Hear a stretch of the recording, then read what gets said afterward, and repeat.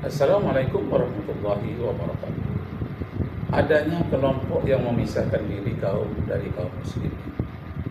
Jadi dia memisahkan diri, lalu berdiri sendiri dan mengambil nama kelompok sebelumnya. Dikatakannya inilah kelompok sebelumnya, sebetulnya kami. Kelompok yang sebelumnya itu adalah kelompok yang sesat, tidak berhak memakai nama ini. Jadi terpecah belahlah kaum muslimin itu, yang intinya di mana itu? Intinya adalah merupakan adu domba dari Yahudi.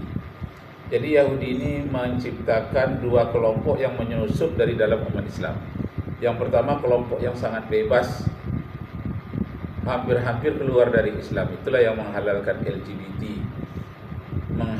LGBT dan mengharamkan poligami.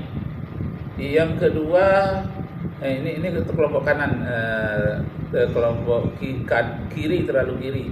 Yang kedua ada kelompok kanan terlalu kanan. Ini yang serba sempit, serba tekstual, sempit sekali. Saking sempitnya, salah semuanya. Hanya kelompoknya yang benar. Jadi ada kelompok terlalu sempit. Nah, ini namanya Khawarij. Ada kelompok terlalu lapang, namanya liberal. Yang di tengah-tengah, itu namanya Ahlus Sunnah wal Jamaah. Nah, ini yang kita dengarkan. Dan dalam penelusuran kita, bahwa Imam Ibnu Katsir ketika menukil pendapat Abdullah bin Abbas dalam tafsiran tadi surah Ali Imran ayat 106, itu menambahkan lafaz jamaah. Karena riwayat yang sebenarnya seperti yang diriwayatkan oleh Imam Al-Lanakai, kalau kami tidak salah menyebutkan namanya, Abdullah bin Abbas cuma menyebutkan Ahlus Sunnah. Jadi di zaman sahabat itu yang baru muncul itu istilah Ahlus Sunnah. Baru nanti berkembang zaman tabi'in dan masih dengan istilah Ahlus Sunnah. Nah, itulah istilah. Belum ada jamaah. Yaitu kita lanjutkan. Berikutnya. Apa itu? Adalah jalan, baik jamaah adalah kelompok. Namun di dalam konteks kita saat ini kita tidak bisa memakai makna lughawi lagi, makna bahasa. Kita memakai makna yang sudah dipakai sekarang, yaitu sebutan untuk kelompok, untuk satu kelompok umat Islam. Yang mana diyakini kelompok inilah yang menjadi kelompok yang selamat. Kenapa muncul persoalan kelompok yang selamat? Karena ada hadis iftirah namanya. Ini kalau yang pertanyaannya baru dahulu begitu. Hadis iftirah adalah hadis di mana Nabi SAW menjelaskan bahwa umat beliau ini akan terpecah belah menjadi 73 kelompok. Nah, ada satu kelompok yang selamat. Nah, dalam berbagai riwayat, berbagai redaksi, Nabi katakan pertama ma'ana alaihi wa ashabi. Apakah dari ahlu sunnah atau tidak? Jadi muncul istilah ahlu sunnah. Baru nanti muncul kalimat jamaah, kan? Itu nanti dihas dari ini bisa ditelusuri nanti di sejarah. Ambil konteks ini. Kalau memang baru melihat dari konteks sejarah. Kemudian kalau kita lihat ahlu sunnah wal jamaah sebagai sebuah keniscayaan, para tokoh-tokoh mereka memiliki gaya metode tersendiri dalam memahami agama ini. Mari kita lihat dalam ilmu akidah. Kita masuk dalam ilmu akidah. Ilmu akidah juga demikian. Para ulama, tokoh-tokoh yang awalnya tetap bermenang. Sudah habis belum itu? Belum bisa selesaikan part. Saya tambahkan 1 menit karena dipotong. Lanjut. Ambil dulu Usman. Tolong tidak ada yang memotong tulis saya. Masya Allah. Lanjut. Ustaz Afwan, satu tuah di unmute dulu. Bismillahirrahmanirrahim. Oke. Mereka, mohon izin ya, mereka memiliki metode tersendiri. Nanti baca makalah saya, di situ nampak kebenaran. Nah, nanti dalam ilmu akidah bermuaralah pada dua mazhab besar, dua ulama besar, yakni Abu Hasan al-Asy'ari dan Abu Mansur al-Maturidi. Dan mereka menjadi ulama Ahlussunnah wal Jamaah, diakui para ulama sepanjang masa. Jadi kalau mau adu-adu data kita silahkan. Nanti saya bacakan misalnya Imam Al-Qushairi, ulama besar abad keempat. Siapa yang tidak tahu Imam Al-Qushairi mengakui Ahlussunnah wal Jamaah adalah Abu Hasan al-Asy'ari, Abu Mansur al-Maturidi. Imam Tajuddin nanti yang Imam Tajuddin As-Subki abad ke-7, abad ke-8 mengakui Abu Hasan Asy'ari sebagai ulama Ahlussunnah wal Jamaah. Imam Al-Baihaqi, muhaddis besar abad ke-4, abad ke-5 Hijriah, mengatakan Abu Hasan Asy'ari sebagai ulama Ahlussunnah wal Jamaah. Nanti dibaca. Nah, demikianlah Bapak Ibu saudara-saudara sekalian.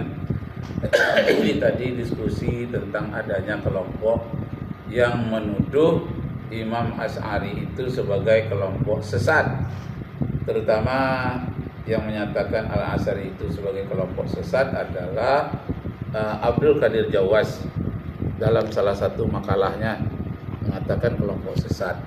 Jadi merasa tersinggunglah banyak kalangan ulama, kalangan mubalik yang selama ini berakidah menurut Al-Quran dan Sunnah yang digali oleh Abu Mansur Al-Maturidi dan Abu Hasan Al-Asy'ari. Nah, demikianlah Bapak Ibu saudara sekalian. Semoga Allah Subhanahu wa taala meridai kita semua. Terakhir kita berikan cuplikan sedikit dari ilmu yang didapati dari ustadz-ustadz yang sangat tajam pemikirannya. Kita kutip sedikit di sini. Nah, mari kita dengarkan. Allahu Akbar. Allahu Akbar. Alam. Saya kembalikan kepada moderator. Assalamualaikum. Waalaikumsalam warahmatullahi wabarakatuh. Jazakumullah pada semua materi yang sudah mengasih. Ya. Akal-akalan dan kita tidak ingin pakai akal-akalan. Oh. Nah, sekarang kita main data. Tadi sudah disebut oleh Ustaz Wahid Rahman sedikit data. Bahwasanya Madrasah Asy'ariyah Maturidiyah itu adalah benteng pertahanan Ahlussunnah wal Jamaah dan tidak pernah diperdebatkan ulama dari masa ke masa. Kita sebutkan saja tokoh-tokohnya. Kalau dari segi politisi yang kita tahu itu memakai kurikulum Asy'ariyah adalah Perdana Menteri Nizamul Mulk, itu sangat masyhur sekali mendirikan Universitas Nizamiyah. Di sana Imam Haramain mengajar, di sana Imam Ghazali juga mengajar. Kemudian ada Nuruddin Zanki, juga terkenal ya. Nuruddin Zanki dilanjutkan oleh Salahuddin Al-Ayyubi. Ini luar biasa. Beliau adalah salah satu panglima yang dahulu membebaskan kembali Al-Quds. Mudah-mudahan Al-Quds kembali ke pangkuan kita kaum muslimin.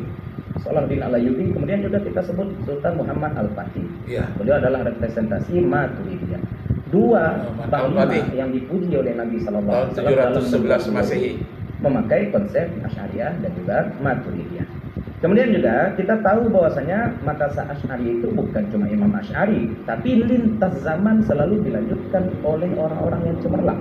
Ada di tokoh-tokoh akidah Syariah, silakan lihat di situ ada Qadi Abu Bakar Al-Baqillani, Abu Bakar bin Furat, Abu Ishaq As-Safaraini, Abu Mansur Al-Baghdadi, Abu Qasim Al-Qushairi, Abu Muzaffar As-Safaraini, Imam Haramain Al-Juwaini, Imam Ghazali, Abu Fathah Syarastani, Fakhruddin Ar-Razi, Saifuddin Amidi, Izzuddin bin Abi Salam, Taqiyuddin Subki, anak beliau Tajuddin As-Subki, Azizuddin Al-Iji, Muhammad As-Sanusi yang merumuskan sifat 20, Ibrahim Al-Laqani, Muhammad Dardir, Muhammad Dasuki, Said Ahmad Al-Marzuki, Al-Malik, ini guru dari Said Zaini Dahlan. Said Zaini Dahlan nanti memiliki murid, yaitu Syekh Ahmad Khatib Minangkabau. Syekh Ahmad Khatib Minangkabau nanti punya murid. Ada Haji Rasul, bapaknya Buya Hamzah, ada Kiai Haji Ahmad Dahlan, ada Kiai kembali pada manhaj salaf. Imam Haramain, Imam Ghazali kembali pada manhaj salaf. Nah, ini karena kita tak paham ya, bahwasanya belajar akidah itu ada 3 level. Yang pertama namanya level bayan, yang kedua namanya level dipa, yang ketiga namanya level tujuh. Untuk level bayan kita tak perlu membahas detail masalah ini itu, khalqu af'ali ifat. Ya, kemudian konsep al-adlu, kemudian konsep sifat Allah itu makhluk atau tidak. Nah, bayan itu selesai. Kita cukup dengan sifat-sifat muhkam, titik, selesai. Tak usah pikiran lain-lain. Ya, jadi ulama-ulama menyatakan kami kembali kepada akidah ibu kami itu bukan kembali ke manhaj salaf yang sebagaimana dimiliki oleh kawan-kawan kontemporer ya. Tapi maksudnya adalah kembali kepada konsep akidah tanpa banyak tanya, konsep akidah bayan. Bukan konsep dipa. Kalau konsep dipa itu harus pakai logika. Lagi konsep wujud itu mesti konsep logika ya. Kalau kita tidak mampu, jangan berarti bukan makam kita. Jangan ilmunya yang disalahkan. Kalau kita tidak mampu memahami ilmu kalam, jangan ilmunya yang disalahkan. Ya, Masya Allah. Jadi kalau kita tidak mampu, jangan ilmu yang dikatakan. Kita tidak mampu mempelajari filsafat, dikatakan filsafat itu haram. Tidak mampu mempelajari ilmu kalam, dikatakan ilmu kalam itu haram. Tidak mampu menyerap inspirasi Imam Al-Ghazali, dituduhlah Al-Ghazali itu sesat. Tidak mampu memahami buku-buku yang dikarang oleh Abu Hasan Al-Asy'ari, kitab Ibanah misalnya, tidak mampu dia memahami, dikatakannya lah bahwa Imam Asy'ari ini adalah kelompok sesat. Tidak mampu memahami sifat 20 kunci dalam berperang pikiran melawan orang-orang ateis, orang-orang komunis, orang-orang zindiq, orang-orang tajsim. Nah, tidak mampu memahami sifat 20, padahal sifat 20 ini adalah 20 sifat sebagai kunci untuk memberikan pemahaman yang paling dasar kepada orang Yahudi dan Nasrani dan orang-orang Mujassimah. Sekian dahulu, semoga Allah Subhanahu wa taala menyertai kita dan kita terus-menerus menuntut ilmu pengetahuan, tidak berakhir sampai di sini. Terus-menerus kita mengadakan analisis sambil berdoa kepada Allah, Rabbi zidni ilman warzuqni fahman. Wabillahi taufiq wal hidayah. Wassalamualaikum warahmatullahi wabarakatuh.